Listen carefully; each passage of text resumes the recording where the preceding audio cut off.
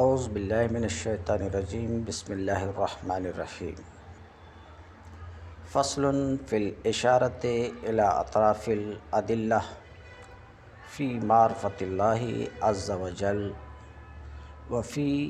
حدث العالم العالم عبارۃ عن کل شیء غیر اللہ وہو جملۃ الاجسام والاعراض وجمیع ذلک موجود عن عدم بإیجاد اللہ عز وجل واختراعہ ایاہ قال اللہ عز وجل وہو الذی یبدأ الخلق ثم یعیدہ۔ باب العلم انواریہ ایجوکیشنل سوسائٹی و جامعہ انواریہ حیدرآباد انڈیا کے زیر اہتمام اللہ تعالیٰ کے فضل و کرم سے شعب الایمان للبیہقی کا درس قسطوار جاری ہے۔ آج کا درس فصل فی الاشارہ الی اطراف الادلہ فی معرفۃ اللہ عز وجل وفی حدث العالم، اللہ تعالیٰ کی معرفت اور عالم کے حادث ہونے کے بعض دلائل کی طرف اشارہ میں ہے۔ العالم عبارت سے عالم کی مصنف تعریف کر رہے ہیں، وہ جملۃ الاجسام والاعراض سے بتا رہے ہیں کہ وہ ہے کیا، تو واضح رہے عالم جمیع ما سوی اللہ کا نام ہے۔ اللہ تعالیٰ کے سوا ہر شے کا نام عالم ہے، اور وہ کیا ہے؟ اور وہ تمام اجسام اور تمام اعراض ہیں۔ وہ تمام اجسام اور اعراض ہیں۔ اجسام جسم کی جمع ہے، اعراض عرض کی جمع ہے۔ جسم کی تعریف اور عرض کی تعریف ما سبق میں گزر چکی ہے۔ جسم یعنی بذات خود موجود، اور عرض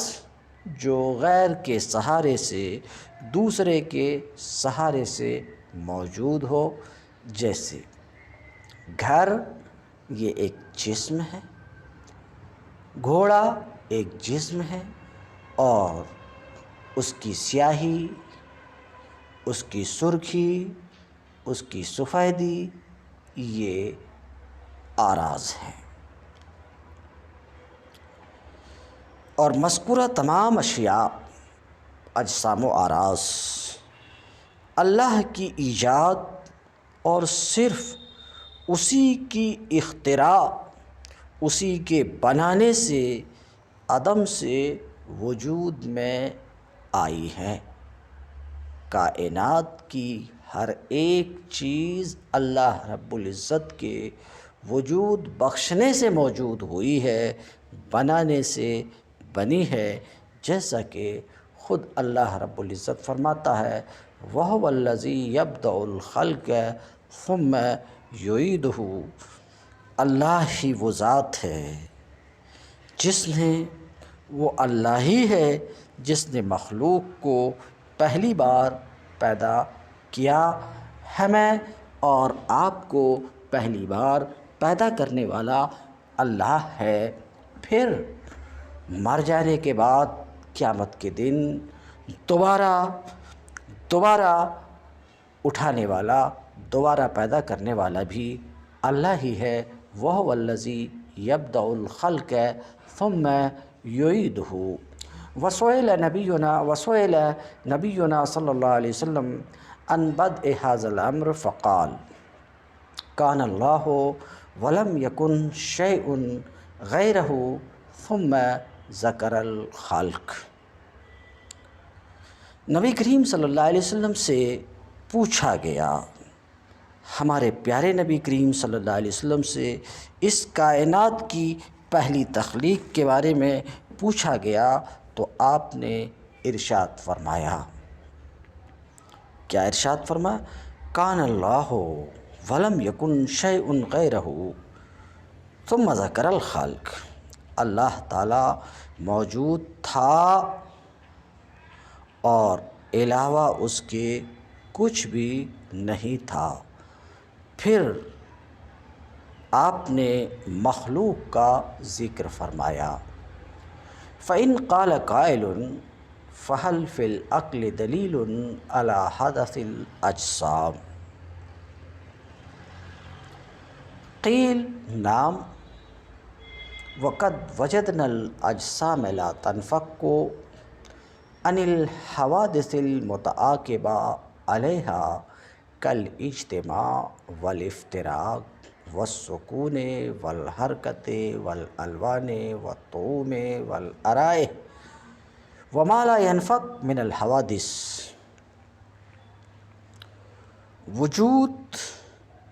وجود باری اور توحید باری تعالیٰ کے عقلی دلائل۔ اگر کوئی کہنے والا یہ کہے فَإِنْ قَالَ قَائِلٌ کہ کیا عقل کے پاس کائنات کے اجسام کے حادث و نوپید ہونے یعنی عدم سے وجود میں آنے کی کوئی دلیل ہے؟ کوئی دلیل ہے یا کائنات کے وجود تغیر سے استدلال؟ تو اس کا جواب دیا جائے گا کہ جی ہاں ہے۔ وہ یہ ہے کہ ہم دیکھتے رہتے ہیں کہ آئے دن اس کائنات میں واقع اجسام مسلسل ٹوٹ پھوٹ وغیرہ حوادثات کا شکار ہوتے رہتے ہیں،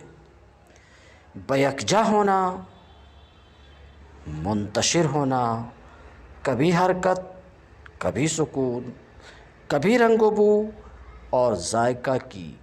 تبدیلیاں وغیرہ جو مسلسل حوادث اور تغیرات کا شکار ہو رہی ہو، وہ ازلی اور قدیم نہیں ہو سکتی، بلکہ وہ اپنے وجود میں بھی عدم سے وجود میں آنے کی محتاج ہوتی ہے۔ جب ثابت ہوا کہ حادث ہے، عدم سے وجود میں آئی ہے، تو لا محالہ ثابت ہوا کہ پھر اس کا کوئی محدث و موجد بھی ہے جو اس کو وجود میں لایا ہے، اور وہ اللہ ہے، اور وہ ایک ہے، اور وہ ایسا موجد ہے کہ اس کی کوئی مثال نہیں ہے۔ اور اگر کوئی کہے کیا عقل کے پاس اس بات کی کوئی دلیل ہے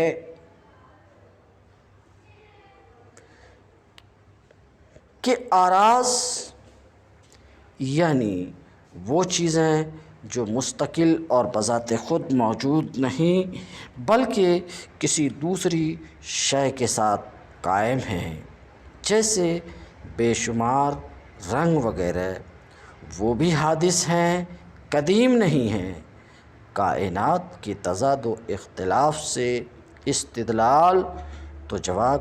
یہ ہے کہ جی ہاں دلیل ہے، اور وہ یہ ہے کہ ہم روز مرہ یہ دیکھتے ہیں کہ ایسی اشیاء اپنے وجود میں متضاد ہیں، مختلف ہیں، جن کا وجود ایک جگہ میں اکٹھے ہونا سب کا ممکن نہیں ہے۔ اس سے یہ ثابت ہوا کہ ان میں سے بعض کو باطل کر دیں گے، اور جس چیز پر باطل ہونا درست ہو اور ممکن ہو وہ حادث ہوتی ہے، کیونکہ قدیم ہمیشہ سے ہوتا ہے اور اس پر عدم صحیح نہیں ہوتا، لہٰذا اس سے ثابت ہوا کہ تمام آراز حادث ہیں۔ فَإِنْ قَالَ فَهَلْ فِيهِ دَلِيلٌ عَلَىٰ أَنَّ الْحَوَادِثَ لَا بُدَّ لَهَا مِن مُحْدِثٍ، اگر کوئی کہے کہ کیا کائنات میں حوادث، واقعات، تغیرات وغیرہ ہوتے ہیں، ان کا بھی کوئی پیدا کرنے والا ہے؟ تو جواب یہ ہے کہ جی ہاں ہے۔ وہ اس طرح کہ نوپید چیز کی حقیقت یہ ہے کہ وہ عدم سے وجود میں آتی ہے، پھر اگر موجود شے کو وجود میں لانے والا کوئی نہ ہو تو وہ وجود میں نہ آئے، اس لیے کہ اس کا وجود اس کے عدم سے بہتر نہ ہوگا، لہٰذا عدم عدم ہی رہے گا۔ اور اگر کوئی موجد اور وجود بخشنے والا ہوگا تو وہ اس کے وجود کو عدم جو بہتر جان کر اس کو وجود میں لائے گا۔ چنانچہ موجود کا وجود دلیل ہے اس بات کی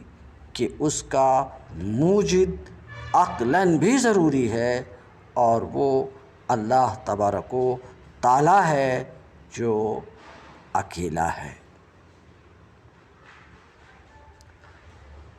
مقدم و مؤخر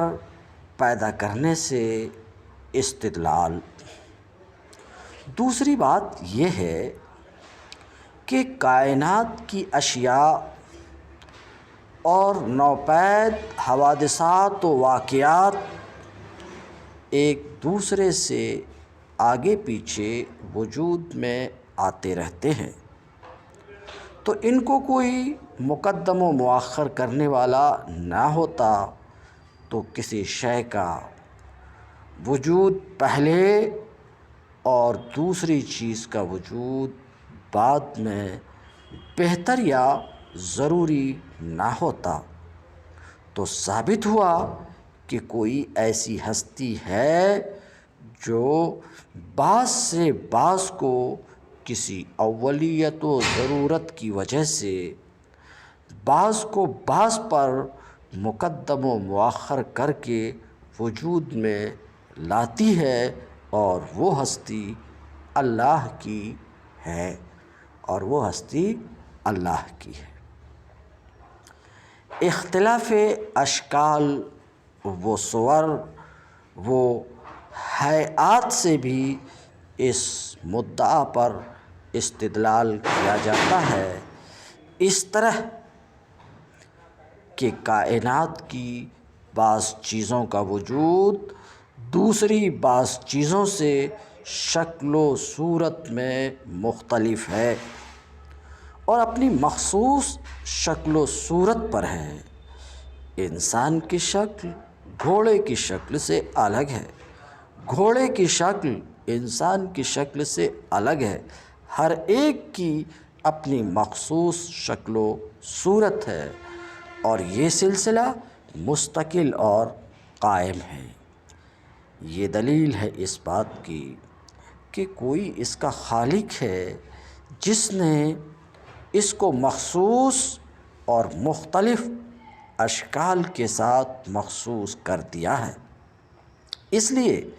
کہ اگر کوئی اس کا فاعل اور کرنے والا نہ ہوتا تو بعض ہیئات بعض سے بہتر و اولیٰ نہ ہوتی، لہٰذا کائنات یک رنگ یک شکل ہوتی یا سرے سے نہ ہوتی، لہٰذا کوئی ایسی ذات ہے جس نے اشکال و ہیئات کی موجودہ تخصیص کو ضروری اور بہتر جان کر ایسا کیا ہے، وہی اللہ تعالیٰ ہے، دوسرا کرنے والا کوئی نہیں۔ وَكَذَلِكَ وُجُودُ بَعْضِهِ عَلَى بَعْضِ الْهَيْئَاتِ الْمَخْصُوصَةِ يَدُلُّ عَلَى جَاعِلٍ خَصَّهُ بِتِلْكَ لَوْلَاهُ لَمْ يَكُنْ بَعْضُ الْهَيْئَاتِ أَوْلَى مِنْ بَعْضٍ لِأَنَّ نُشَاهِدُ الْأَجْسَامَ يَنْتَقِلُ أَسْبَابُهَا وَتَتَبَدَّلُ أَحْوَالُهَا، فَلَوْلَا أَنَّ مُنَقِّلًا نَقَلَهَا لَمْ يَكُنْ انتقالها أَوْلَى مِنْ بَقَائِهَا عَلَيْهَا۔ انتقال اسباب و احوال سے توحید باری پر مصنف استدلال کرتے ہوئے کہتے ہیں، اسی طرح یہ بات بھی ہے کہ ہم مشاہدہ کرتے رہتے ہیں کہ اجسام کے اسباب منتقل ہوتے اور ان کے احوال تبدیل ہوتے رہتے ہیں۔ اگر ان کو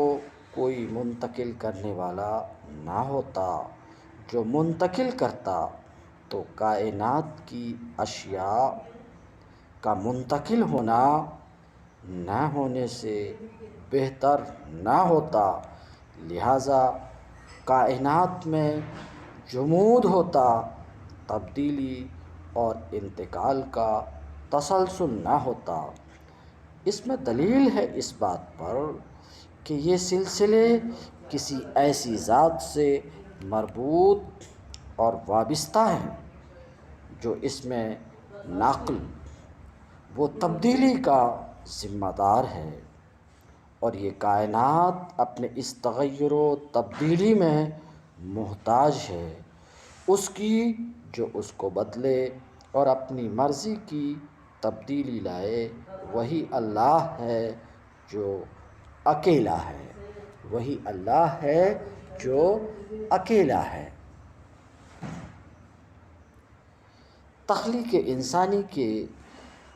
مختلف مراحل پر غور و فکر کرنے سے وجود باری پر استدلال۔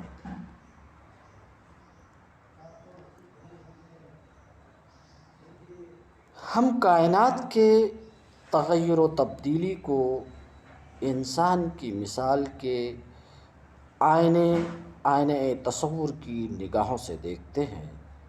وہ انسان جو انتہائی درجے پورا اور کامل ہے، اس کے پس منظر کو زیر غور لائیں کہ وہ کبھی پانی کا بوند تھا، کبھی پانی کا کان نطفۃ ثم علقۃ ثم مضغۃ ثم عظاما ولحما ودما وقد علمنا الی آخرہ، کہ وہ کبھی پانی کی بوند تھا، کبھی وہ خون کی پھٹکی تھا، کبھی وہ گوشت کا لتھڑا یا بوٹی تھا، پھر وہ ہڈیاں اور گوشت پوست اور خون کا مجموعہ بن گیا، پھر وہ چلتا پھرتا، کھاتا پیتا، بھاگتا دوڑتا، ہنستا مسکراتا، کام کاج کرتا، بے شمار امور انجام دیتا انسان بن گیا۔ تو ہم نے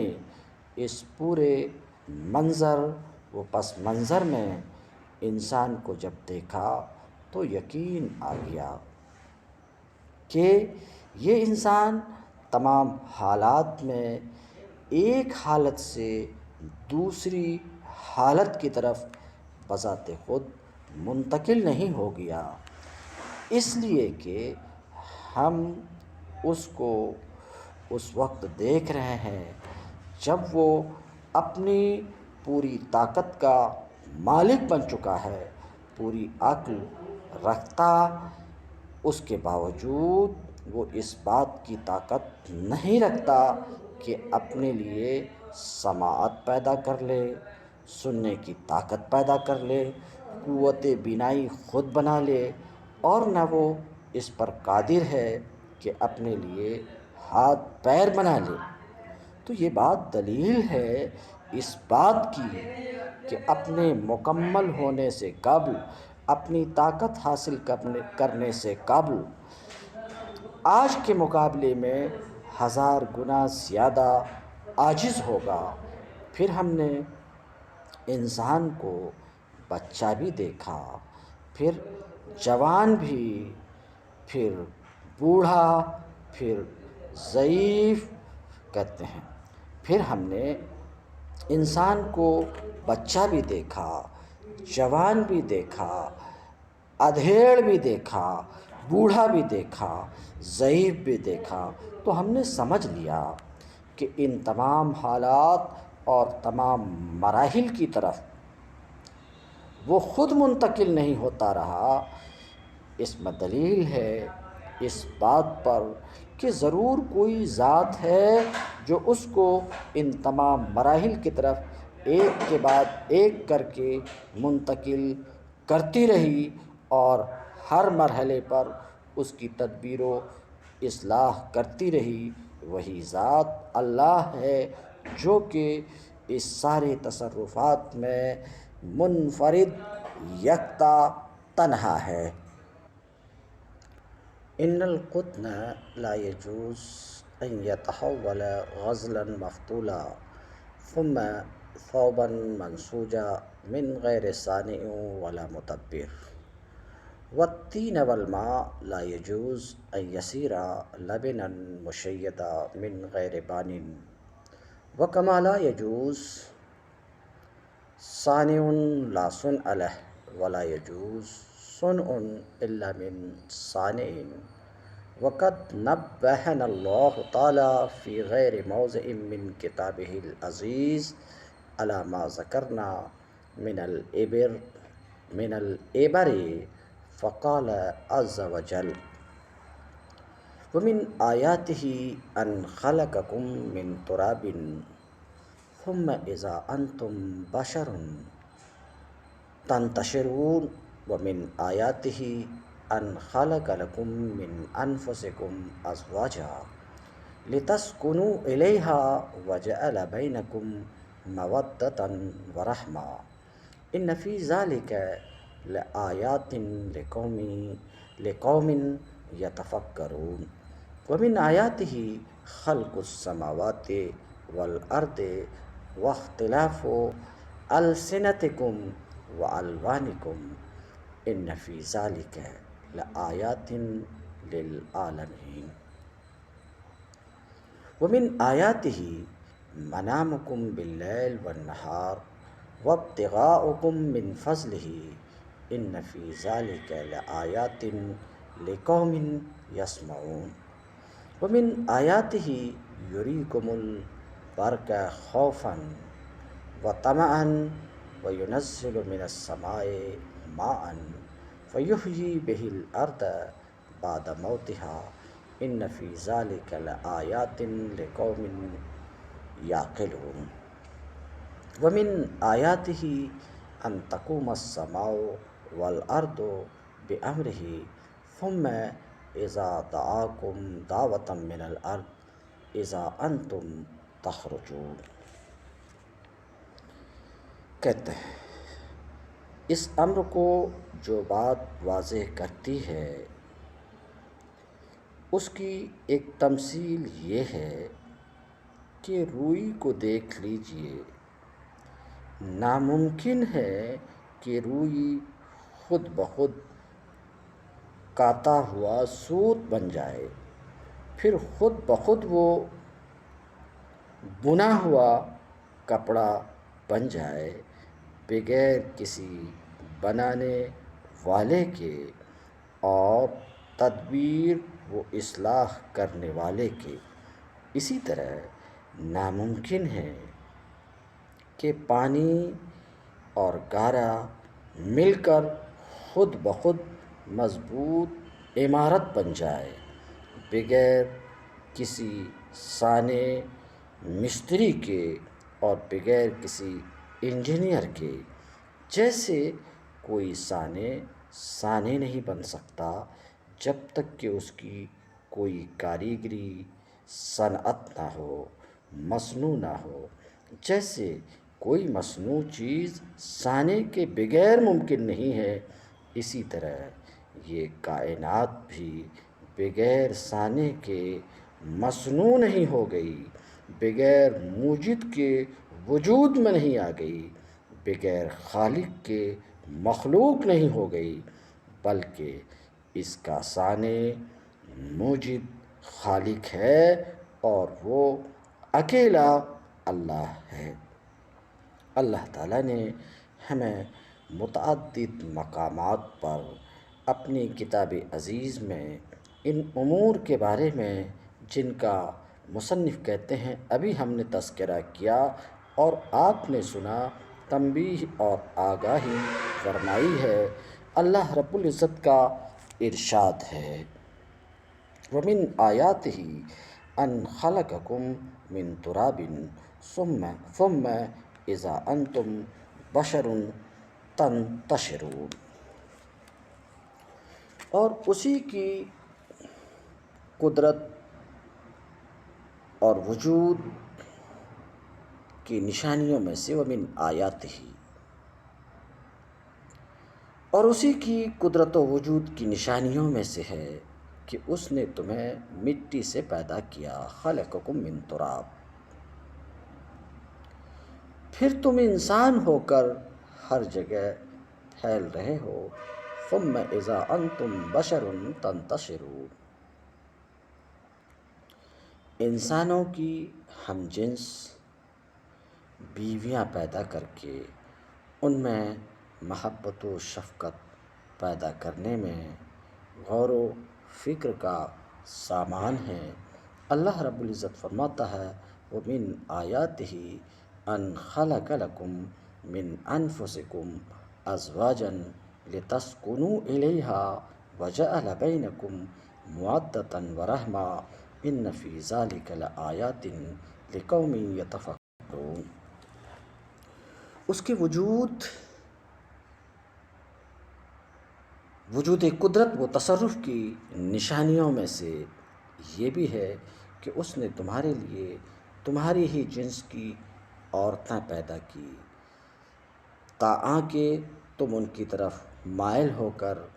آرام حاصل کرو، اور اسی نے تمہارے درمیان محبت اور مہربانی پیدا کر دی۔ جو لوگ غور کرتے ہیں ان کے لیے ان باتوں میں نشانیاں ہیں، ان باتوں میں نشانیاں ہیں۔ تخلیق ارض و سما میں اور اختلاف رنگ و زباں میں اہل علم کے لیے دلائل قدرت ہیں۔ وَمِنْ آيَاتِهِ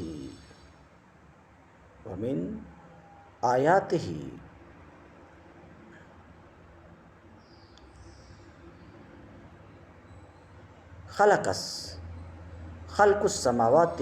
والارض واختلاف السنتکم والوانکم ان فی ذلک لآیات للعالمین۔ اور اسی کی وجود قدرت و تصرف کے دلائل میں سے ہے پیدائش آسمانوں اور زمین کی، اور اختلاف تمہاری زبانوں کا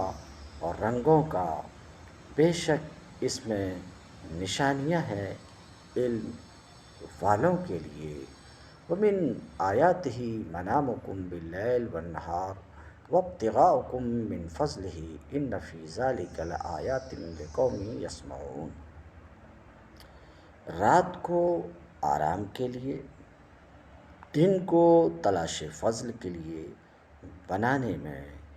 اہل سما کے لیے دلائل ہیں، اور اسی کی نشانیوں میں سے ہے تمہارا رات کو سونا اور دن میں تمہارا اللہ کے فضل کو تلاش کرنا، بے شک اس میں نشانیاں ہیں ان لوگوں کے لیے جو سنتے ہیں، جو سنتے ہیں۔ وَمِنْ آیَاتِهِ يُرِيكُمُ الْبَرْقَ خَوْفًا وَطَمَعًا وَيُنَزِّلُ مِنَ السَّمَاءِ مَاءً فَيُحْيِي بِهِ الْأَرْضَ بَعْدَ مَوْتِهَا إِنَّ فِي ذَلِكَ لَآيَاتٍ لِقَوْمٍ يَعْقِلُونَ۔ بجلی کی چمک، بارش کے نزول، دھرتی کی آبادی کی تفصیلات میں اہل عقل کے لیے دلائل ہیں۔ اسی کی قدرت کی نشانیوں میں سے ہے کہ وہ تمہیں دکھاتا ہے ڈر اور امید کے لیے، دکھاتا ہے ڈر اور امید کے لیے، اور وہی نازل کرتا ہے آسمان سے پانی، پھر وہ زندہ کرتا ہے اس کے ذریعے زمین کو اس کے ویران ہونے کے بعد۔ بے شک اس میں نشانیاں ہیں ان لوگوں کے لیے جو عقل رکھتے ہیں۔ ارض و سما کا قیام اللہ کے حکم سے ہے۔ زمین میں مدفون انسان اللہ کے بلانے پر نکل کھڑے ہوں گے، جیسا کہ اللہ رب العزت فرماتا ہے وَمِنْ آيَاتِهِ أَن تَقُومَ السَّمَاءُ وَالْأَرْضُ بِأَمْرِهِ ثُمَّ إِذَا دَعَاكُمْ دَعْوَةً مِّنَ الْأَرْضِ إِذَا أَنْتُمْ تَخْرُجُونَ۔ اس کی نشانیوں میں سے ہے کہ آسمان و زمین قائم ہیں اسی کے حکم سے، پھر وہ جس وقت بلائے گا تمہیں بلانا زمین میں سے، تو اس وقت تم نکل کھڑے ہوگے۔ اس وقت تم اذا انتم تخرجون، اس وقت تم نکل کھڑے ہوگے۔ وَإِنْ قَالَ قَائِلٌ وَمَنْ لَكُمْ بِأَنَّ أَثَرَ الصُّنْعِ مَوْجُودٌ فِي السَّمَاوَاتِ وَالْأَرْضِ قَالَ الْحَلِيمِي رحمہ اللہ تعالی قِيلَ لَهُ إِنَّ السَّمَاءَ جِسْمٌ مَحْدُودٌ مُتَنَاهٍ فَالْمَحْدُودُ الْمُتَنَاهِ لَا يَجُوزُ أَنْ يَكُونَ قَدِيمًا لِأَنَّ الْقَدِيمَ هُوَ الْمَوْجُودُ الَّذِي لَا سَبَبَ لِوُجُودِهِ، وَمَا لَا سَبَبَ لِوُجُودِهِ فَلَا جَائِزَ أَنْ يَكُونَ لَهُ نِهَايَةٌ لِأَنَّهُ لَا يَكُونُ وُجُودُهُ إِلَى تِلْكَ النِّهَايَةِ أَوْلَى مِنْ وُجُودِهِ دُونَهَا أَوْ وَرَاءَهَا لِأَنَّ الْمُتَنَاهِي لَا يَكُونُ خَالِصَ الْوُجُودِ لِأَنَّهُ إِلَى نِهَايَتِهِ يَكُونُ مَوْجُودًا إِلَى آخِرِهِ۔ اگر کوئی کہنے والا کہے کہ تمہیں یہ کس نے بتایا کہ ارض و سما میں، آسمان و زمین میں آثار صنعت موجود ہیں، حلیمی رحمۃ اللہ علیہ نے فرمایا اسے کہا جائے گا کہ آسمان بلندی، محدود اور متناہی جسم ہے، یعنی ختم ہو جانے والی چیز ہے۔ محدود اور متناہی شے کا قدیم ہونا ممکن نہیں ہوتا، اس لیے کہ قدیم وہ موجود ذات ہے جس کے وجود کا کوئی سبب نہیں، اور جس کے وجود کا سبب نہیں اس کے لیے یہ جائز نہیں کہ اس کی انتہا ہو، اس لیے کہ اس کا وجود اس انتہا تک اولا نہیں ہوگا، اس کے بعد غیر ضروری نہیں ہوگا، اور اس لیے بھی کہ متناہی خالص الوجود نہیں ہوتا، اس لیے کہ وہ اپنی حد اور انتہا تک تو موجود ہوتا ہے، پھر اپنی انتہا کے بعد معدوم ہو جاتا ہے، جبکہ قدیم کبھی معدوم نہیں ہوتا۔ لہٰذا یہ بات درست ہوئی کہ متناہی یعنی انتہا رکھنے والے کے لیے ممکن نہیں کہ وہ قدیم ہو، جبکہ آسمان متناہی ہے، اور جب متناہی ہے اس کی حد بھی ہے، انتہا بھی ہے، تو ثابت ہوا کہ وہ قدیم نہیں ہے، وہ قدیم نہیں ہے۔ اگر یہ کہا جائے کہ اس بات کی کیا دلیل ہے کہ آسمان متناہی ہے اور اس کی انتہا ہے، اگر ایسا کچھ کہا جائے، فَإِنْ قِيلَ مَا الدَّلِيلُ عَلَىٰ أَنَّهَا مُتَنَاهِيَةٌ قِيلَ الدَّلِيلُ عَلَىٰ ذَلِكَ أَنَّهَا متناهية عيانا من الجهة التي تلينا، فدل ذلك على أنها متناهية من الجهة التي لا نراها ولا نشاهدها، لأن تناهيها من هذه الجهة قد أوجب ألا يكون ما يلينا منها قديما موجودا إلا بسبب۔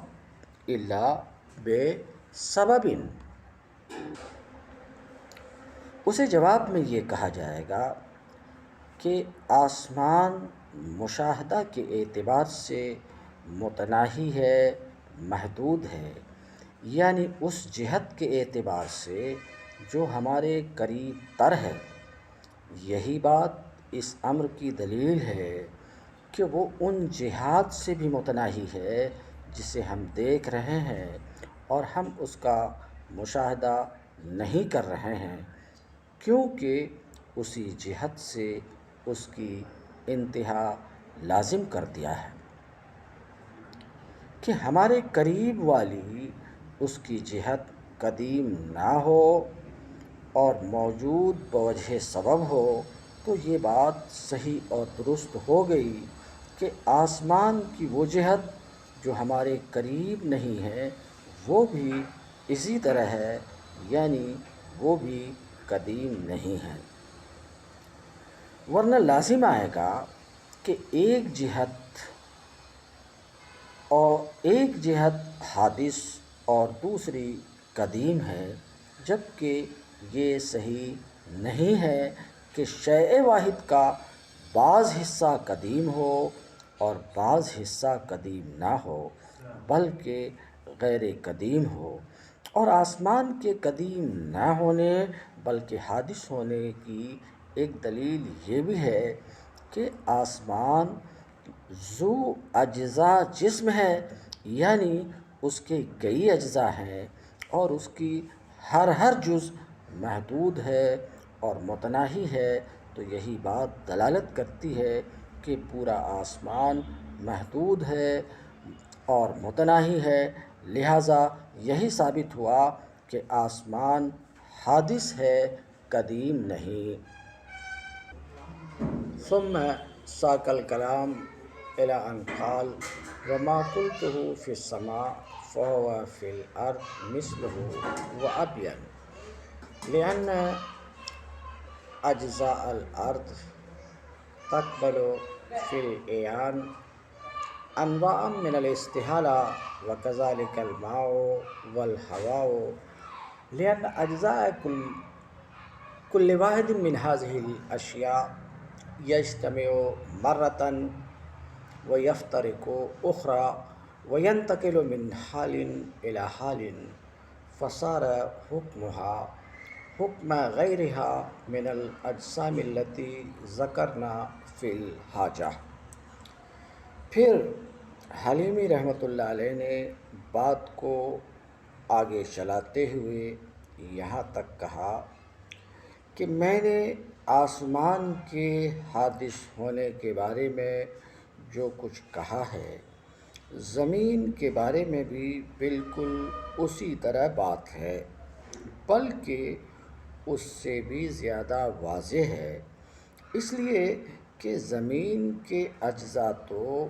مشاہدتاً تبدیلی کو قبول کرتے ہیں، اس لیے وہ بھی حادث ہے،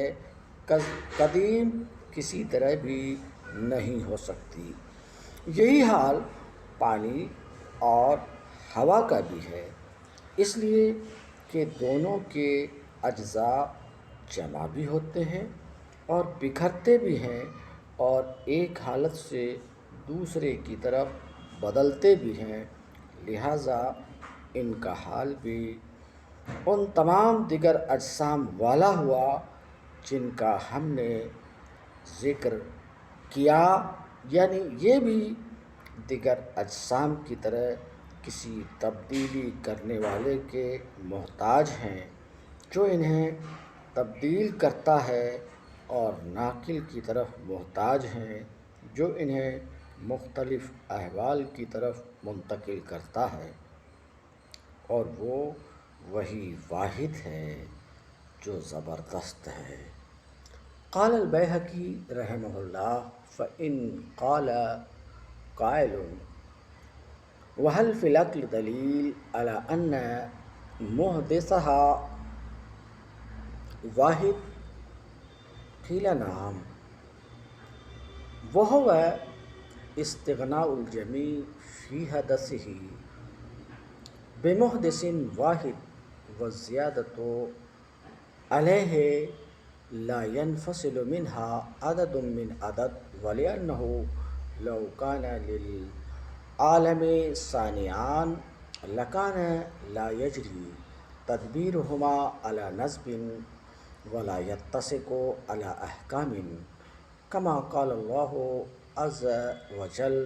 لو كان فيهما آلهة إلا الله لفسدتا فسبحان اللہ۔ امام بیہقی نے فرمایا، اگر کوئی کہنے والا کہے کیا عقل کے پاس اس بات کی کوئی دلیل ہے کہ کائنات کے تمام اجسام کو پیدا کرنے والا اور وجود دینے والا صرف ایک ہے، اور وہ دلیل کیا ہے؟ تو اسے جواب دیا جائے گا جی ہاں، ایک ہے۔ اس کی دلیل یہ ہے کہ ہر شے اپنے حدوث اور وجود میں صرف ایک پیدا کرنے والے کی محتاج ہے، جب ایک پیدا کر ڈالے تو پھر زیادہ کی ضرورت باقی نہیں رہتی،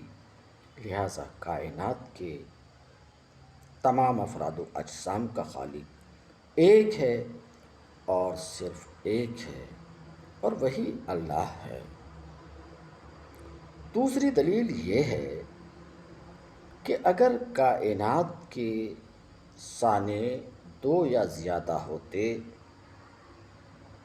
تو ان دو یا سب کی تدبیر و تصرف کا نظام اور سسٹم نہ چل پاتا، اس لیے کہ وہ اپنے اپنے احکام جاری کرتے، تو یہی اختلاف پھر فساد شروع ہو جاتا، اور یہ اختلاف کائنات کی تباہی کا باعث بن جاتا، جیسا کہ اللہ تبارک و تعالیٰ کا ارشاد ہے لو کان فیہما آلہۃ الا اللہ لفسدتا، اگر زمین و آسمان میں چند خدا ہوتے اللہ کے سوا تو یہ زمین و آسمان ضرور تباہ ہو جاتے، یعنی وہ اپنے اپنے احکام جاری کرتے تو ضرور دونوں یا ایک عاجز ہو جاتے، تو جو عاجز ہو جائے وہ خدا نہیں ہو سکتا۔ اور یہ اس لیے بھی ہے کہ اگر مثال کے طور پر دونوں میں سے ایک کسی ایک جسم کو زندہ رکھنا چاہتا ہے اور دوسرا اسے مارنا چاہتا ہے، تو عقلاً یہ صورتیں ہو سکتی، یا تو دونوں کا منشا پورا ہو جائے یا کسی ایک کا، جبکہ دونوں کا منشا پورا ہونا موت و حیات کے حوالے سے ناممکن ہے۔ جس کا منشا پورا ہوتا وہ تو الہ ہوتا، جس کا منشا وہ ارادہ پورا نہ ہو سکے وہ بھلا الہ اور معبود کیسے ہو سکتا؟ یا پھر دونوں کا ارادہ پورا نہ ہو سکے، لہٰذا وہ الہ نہیں ہو سکتے۔ جس کی مراد پوری نہیں ہو سکتی وہ عاجز بن جاتا ہے، اور عاجز خدا نہیں ہو سکتا اور الہ نہیں ہو سکتا، اور وہ قدیم بھی نہیں ہو سکتا۔ اس کا دوسرا پیرایا یہ بھی ہے کہ دو ہونے کی صورت میں دونوں میں مخالفت صحیح ہوتی یا باہمی جھگڑا مشکل ہوتا۔ اگر مخالفت صحیح ہوتی یا جھگڑا مشکل ہوتا، بہین طور کہ مخالفت صحیح ہوتی تو جس کی مراد وہ ارادہ، جس کا ارادہ پورا نہ ہوتا تو وہ قہر و جبر سے موصوف ہوتا، لہٰذا وہ الہ نہ ہو سکتا، یا باہم جھگڑا مشکل ہوتا تو ہر ایک نقص اور عجز کے ساتھ موصوف ہوتا، لہٰذا عاجز معبود نہیں ہو سکتا، اس لیے دو یا زیادہ ہونا محال ہے۔ وقد دعانا اللہ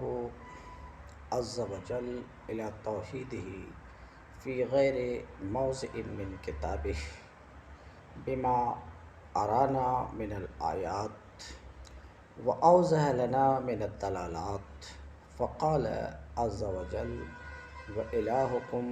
الہ واحد لا الہ الا هو الرحمن الرحیم، قرأها الى قولہ لآیات لقوم یعقلون، الى سائر ما ورد من دلالات علی صنعہ و توحیدہ۔ اللہ تعالیٰ کی طرف سے تمام عالم انسانیت کو اپنی وحدانیت، اپنی قدرت، اپنے تصرف کے بارے میں دعوت فکر۔ یہی وجہ ہے کہ اللہ تعالیٰ نے ہمیں بار بار کئی مقامات پر اپنی کتاب میں اپنی وحدانیت کی دعوت دی ہے، اپنی نشانیاں ہمیں دکھا دکھا کر اور ہمارے لیے دلائل واضح فرمائے ہیں۔ ارشاد فرمایا وَإِلَٰهُكُمْ إِلَٰهٌ وَاحِدٌ لَا إِلَٰهَ إِلَّا هُوَ الرَّحْمَٰنُ الرَّحِيمُ إِنَّ فِي خَلْقِ السَّمَاوَاتِ وَالْأَرْضِ وَاخْتِلَافِ اللَّيْلِ وَالنَّهَارِ وَالْفُلْكِ الَّتِي تَجْرِي فِي الْبَحْرِ بِمَا يَنفَعُ النَّاسَ وَمَا أَنزَلَ اللَّهُ مِنَ السَّمَاءِ مِن مَّاءٍ فَأَحْيَا بِهِ الْأَرْضَ بَعْدَ مَوْتِهَا وَبَثَّ فِيهَا مِن كُلِّ دَابَّةٍ وَتَصْرِيفِ الرِّيَاحِ وَالسَّحَابِ الْمُسَخَّرِ بَيْنَ السَّمَاءِ وَالْأَرْضِ لَآیَاتٍ لِقَوْمٍ یعقلون۔ سورہ بقرہ آیت نمبر 163-64۔ اور اس آیت پر 5-6 درس پیشتر بھی میں گفتگو کر چکا ہوں۔ اور تمہارا معبود ایک ہی معبود ہے، نہیں کوئی عبادت کے لائق مگر وہی، بڑا مہربان نہایت رحم والا ہے۔ بے شک آسمانوں اور زمین کی تخلیق میں اور رات دن کی تبدیلی میں اور ان کشتیوں میں، ان جہازوں میں جو چلتے ہیں سمندر میں، وہ چیزیں لے کر جن میں لوگوں کا فائدہ ہے، اور اس پانی میں جسے اللہ نے آسمان سے برسایا ہے، پھر اس کے ساتھ زندہ کیا ہے زمین کو اس کے مرنے یعنی خشک ہونے کے بعد، اور پھیلائے اس میں ہر قسم کے جانور اور ہواؤں کے بدلنے میں اور آسمان و زمین کے درمیان تابع فرمان بادلوں میں نشانیاں ہیں ان لوگوں کے لیے جو عقل رکھتے ہیں۔ ان آیات میں اللہ تعالیٰ نے واضح دلائل دیے ہیں اور ہمیں اپنی نشانیاں زمین و آسمان میں دکھائی ہیں تاکہ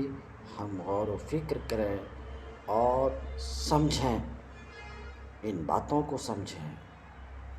کہ آسمانوں اور زمین کی تخلیق کو سمجھیں، لیل و نہار کا نظام سمجھیں، سمندروں کے بہاؤ میں جہازوں کی روانی اور مال برداری، اس میں لوگوں کا تجارتی اور کاروباری نفع، اوپر سے بارش اتار کر خشک زمین کو تر و تازہ کر کے فصلیں اور باغات سیراب کر کے انسانی معیشت کی بحالی، دھرتی پر مویشیوں کا پھیلانا اور انسانوں کا ان سے ضروریات پوری کرنا، ہواؤں کے ہیر پھیر کے ساتھ موسموں کی تبدیلی کا نظام، بین السماء والارض یعنی فضا میں بادلوں کا مسخر ہونا، یہ تمام باتیں ایسی ہیں، یہ تمام امور ایسے ہیں کہ اللہ کی قدرت، اللہ کی وجود، اللہ کی خالقیت و مالکیت، اللہ کے مدبر و متصرف اور واحد اور زبردست اور حکیم و قادر ہونے کے یقینی اور قطعی شواہد ہیں، اور یہ وہ حسی دلائل ہیں اللہ کی وحدانیت کی جن کو ہر انسان کھلی آنکھوں سے ہر وقت دیکھ سکتا ہے، ہر وقت مشاہدہ کر سکتا ہے، ہر وقت ان میں غور و فکر کر سکتا ہے اور سمجھ سکتا ہے کہ یہ سارے کام ایسے ہیں، یہ سارے کام ایسے ہیں جو اللہ کے سوا کوئی بھی انجام نہیں دے سکتا۔ یہ وہ دلائل توحید ہیں جن کا کوئی انکار نہیں کر سکتا، اس لیے کہ یہ دلائل فطری ہیں جو انتہائی سادہ بھی ہیں اور عام فہم بھی، اجڑ جاہل سے جاہل کی سمجھ میں بھی آ سکتے ہیں، اور یہی دلائل جامع بھی ہیں، اور ان دلائل میں غور و تدبر کرنے والے اصحاب علم و دانش بھی گہرائی میں اتر کر وہ موتی حاصل کر سکتے ہیں جو اہل علم کے علم کو چار چاند لگا سکتا، اور دنیائے کفر اور دنیائے مادیت کے تمام لغو خیالات اور لچر سوچ کو باطل کر سکتے ہیں، جس سے شرک اور کفر کے اندھیرے چھٹ سکتے ہیں اور توحید باری تعالیٰ کا سورج کائنات کو اپنی روشنی میں لے سکتا ہے۔ اللہ تعالیٰ ہمیں سچے معبود، سچے مالک کی قدر کرنے کی توفیق نصیب فرمائے اور ہمیں اپنا پیغام سمجھنے کی توفیق نصیب فرمائے۔ حدیث نمبر 103۔ اخبرنا ابو عبداللہ الحافظ حدثنا ابو العباس الاصم حدثنا احمد بن الفضل الصائغ حدثنا آدم حدثنا ابو جعفر الرازی حدثنا سعید بن مسروق عن ابی الزہا فی قولہ وإلهكم إله واحد لما نزلت هذه الآية لما نزلت هذه الآية عجب المشركون وقالوا إن محمدا يقول وإلهكم إله واحد فلياتنا بآية إن كان من الصادقين فأنزل الله عز وجل إن في خلق السماوات والأرض واختلاف الليل والنهار الآية يقول إن في هذه الآية لآيات لقوم يعقلون۔ حدیث نمبر 103۔ خبر دیے ہم کو ابو عبداللہ حافظ، حدیث بیان کیے ہم سے ابو العباس اصم، وہ کہتے ہیں حدیث بیان کیے ہم سے احمد بن فضل سائق، وہ کہتے ہیں حدیث بیان کیے ہم سے آدم، وہ کہتے ہیں حدیث بیان کی ہم سے ابو جعفر رازی، وہ کہتے ہیں حدیث بیان کی ہم سے سعید بن مسروق، وہ روایت کرتے ہیں ابو الزحا سے اللہ تعالیٰ کے اس قول کے متعلق وَإِلَٰهُكُمْ إِلَٰهٌ وَاحِدٌ، اور تم سب کا خدا بس ایک ہے۔ کہتے ہیں لما نزلت هذه الآیہ، جب یہ آیت نازل ہوئی، عجب المشرکون، تو مشرکین کو حیرت ہوئی، اور عالم حیرت میں مشرکین نے کہا، کیا کہا؟ ان محمدً یقول، یقیناً محمد صلی اللہ علیہ وسلم فرماتے ہیں کہ تم سب کا خدا بس ایک ہے، فلیاتنا بآیہ، تو سب کا خدا ایک ہے، اس سلسلے میں ان کو ہمارے پاس کوئی دلیل لانا چاہیے اگر محمد اپنے اس قول میں سچے ہیں۔ فأنزل اللہ عز وجل، تو اس وقت اللہ رب العزت نے، اللہ عز وجل نے یہ آیت نازل فرمائی، ان فی خلق السماوات والارض واختلاف اللیل والنہار، ابھی تھوڑی دیر پہلے یہ آیت گزر چکی ہے۔ کہتے ہیں ان فی هذه الآیات، یقیناً ان آیات میں لآیات لقوم یعقلون، بہت سی نشانیاں ہیں، بہت دلائل ہیں ان لوگوں کے لیے جو عقل سے کام لیتے ہیں، ان لوگوں کے لیے جو عقل سے کام لیتے ہیں۔ حدیث نمبر 104۔ حدثنا ابو عبداللہ الحافظ اخبرنی محمد بن یوسف الدقیقی قال وجدت فی کتاب للشافعی رحمہ اللہ فیا عجبا کیف یوصل الہ ام کیف یجہدہ جاہدو وللہ فی کل تحریکۃ وتسکینۃ ابدا شاہدو وفی کل شیء لہ آیہ تدل علی انہ واحد ویقال ان هذه الابیات لابی العتاہیہ۔ حدیث نمبر 104۔ حافظ ابو بکر بیہقی کہتے ہیں ہم سے بیان کیے ابو عبداللہ حافظ، وہ کہتے ہیں مجھے خبر دیے محمد بن یوسف دقیقی، وہ کہتے ہیں میں امام شافعی رحمۃ اللہ علیہ کی کتاب میں یہ اشعار پایا، فیا عجبا، ہائے تعجب، معبود کی کس طریقے سے نافرمانی کی جاتی ہے، معبود کی نافرمانی پر مجھے تعجب ہوتا ہے۔ ام کیف یجہدہ جاہد، یا انکار کرنے والا کس طریقے سے اس کا انکار کرتا ہے، وَلِلَّهِ فِي كُلِّ تَحْرِيكَةٍ وَتَسْكِينًا أَبَدًا شَاهِدُ، حالانکہ ہر حرکت و سکون میں ہمیشہ اللہ کی دلیل موجود ہے، شاہد موجود ہے، ہر ایک جنبش اور حرکت اس کے وجود کی گواہ ہے۔ وفی کل شیء لہ آیا، اور ہر ایک چیز میں اس کے وجود کی نشانی اور دلیل ہے، جو دلیل اس بات پر